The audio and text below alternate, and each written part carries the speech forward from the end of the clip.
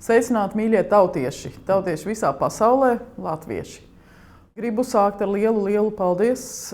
Gads tuvojās beigām. Atkal kārties aktīvais gads mūsu sadarbībā arī ikvienam, kuri aktīvi ir darījuši ļoti praktiskas lietas šajā gadā. Un gribu izcelt gan Pasaules latviešu ekonomikas un inovāciju fórumu šeit Rīgā, gan arī Spotlight Latviju Vašingtonā, gan arī tādas daudzās praktiskās lietas, ko diasporas organizācijas ir darījušas, gan skoliņas, gan pasākumus, bērnu, jauniešu, dziesmu svētkus un dalību. Un izteikt arī lielu cerību, ka tikpat aktīvi turpināsies mūsu sadarbība arī nākamajā gadā. Valsts budžets ir pieņemts, atbalsts diasporai 2,5 miljonu visā pasaulē. Tas nozīmē, ka mēs kā valsts turpināsim atbalstīt gan latviešu valodas un kultūras tradīciju saglabāšanu un mācīšanos, un ļoti ceram, ka to arī jūs turpināsiet prioritizēt, jo tas arī palīdz, protams, remigrācijai, tas palīdz iegūt iespējas mūsu bērniem visā pasaulē, kādas viņiem nebūtu, ja viņiem nebūtu latviešu valodas. Ja?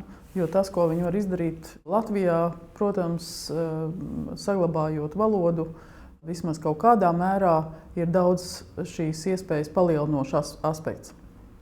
Otra lieta, jā, remigrācija, jā, tā darba spēka mobilitāte savstarpējā.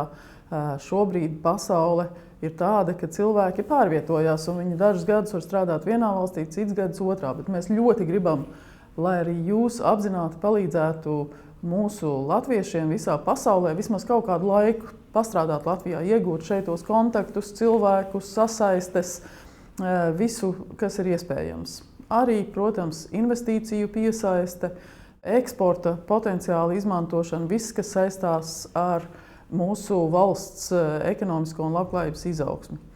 Trešais lielais aspekts nākamgad ir vēlēšanas. Un jau paldies tām organizācijām, kuras jau ir pielēmušas par to, ka veidos savus iecirkņus, bet arī motivēt tautiešus tiešām aktīvi piedalīties.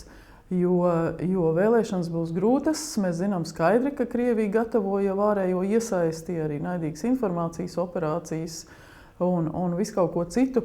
Un tāpēc tādu valstiski domājošo cilvēku dalība vēlēšanās būs jo vairāk svarīga. Un, protams, arī nākamais gads, 26. gads, mums būs ļoti svarīgs visas starptautiskās drošības kontekstā, arī attiecībās gan ar Ameriku, bet arī atbalstā Ukrainai. Un paldies, ko jūs jau esat darījuši, bet turpināsim to darīt arī nākamā gadā. Veidot attiecības ar mūsu lielākajiem drošības partneriem, Ameriku, Kanādu, bet arī Vāciju, Lielbritāniju un citiem.